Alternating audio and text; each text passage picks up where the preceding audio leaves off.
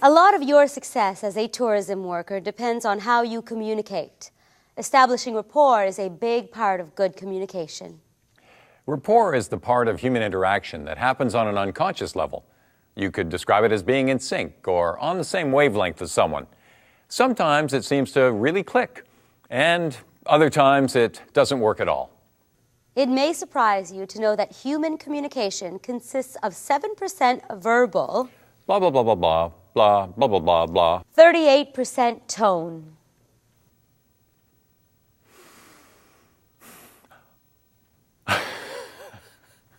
and 55% body language and gestures.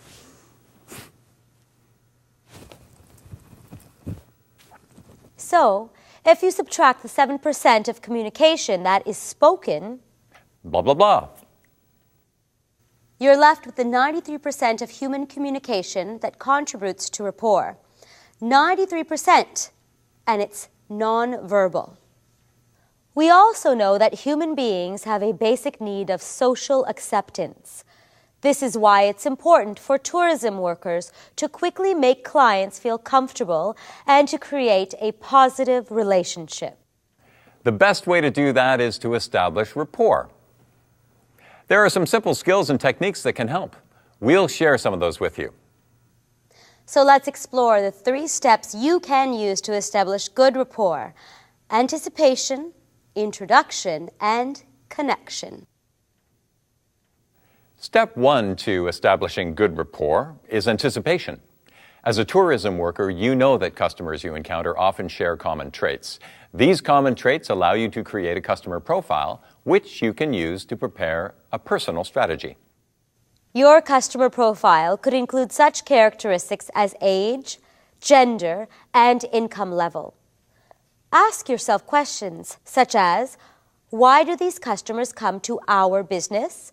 What are their likes, their dislikes, their expectations of me and of the business?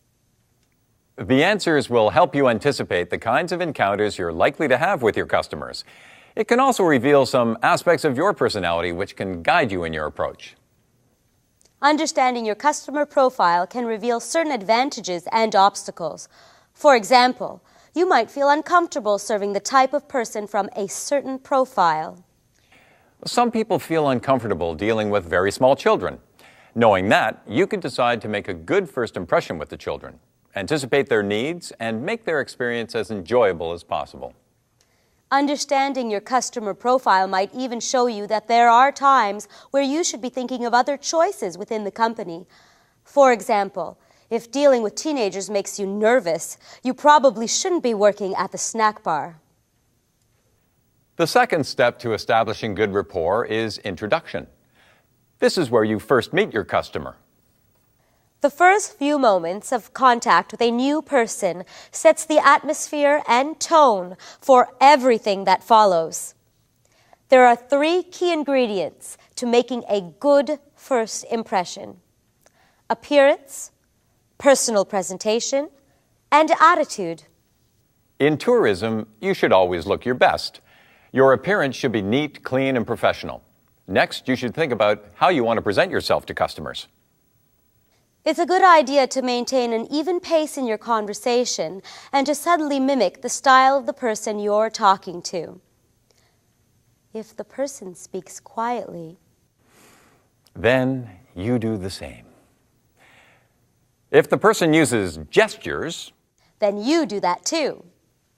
people feel more comfortable when they're in the company of someone they can relate to. As far as attitude is concerned, a positive, keen, and receptive attitude is always welcome under any circumstances. Always keep in mind that a first impression is the lasting impression. The third step in building rapport is connection. There are several strategies that can help you connect with your customers. First, be familiar with the 4 basic customer needs. People need to be understood. People need to feel welcome. People need to feel important. People need comfort. It's also true that people always appreciate a friendly smile. So with that in mind, always acknowledge your customers right away. No one likes to be ignored. Deal with potential problems efficiently, then move on. Pace yourself to match your customer's style. Quickly acknowledge and accept responsibility for any errors. Don't take customer dissatisfaction personally. Respect client confidentiality. Avoid becoming too familiar with clients. There's a lot of information there, so feel free to watch again as often as you'd like. In the meantime, remember the 3 steps to building good rapport: anticipation, understand the profile of your customers, and make sure your preferences match the profile. Introduction. Always create a good first impression with appearance, presentation, and attitude. And connection. Read your customers and their body language. Mimic your client's pace and gestures, and know the 4 basic needs of customers. And remember, keep smiling.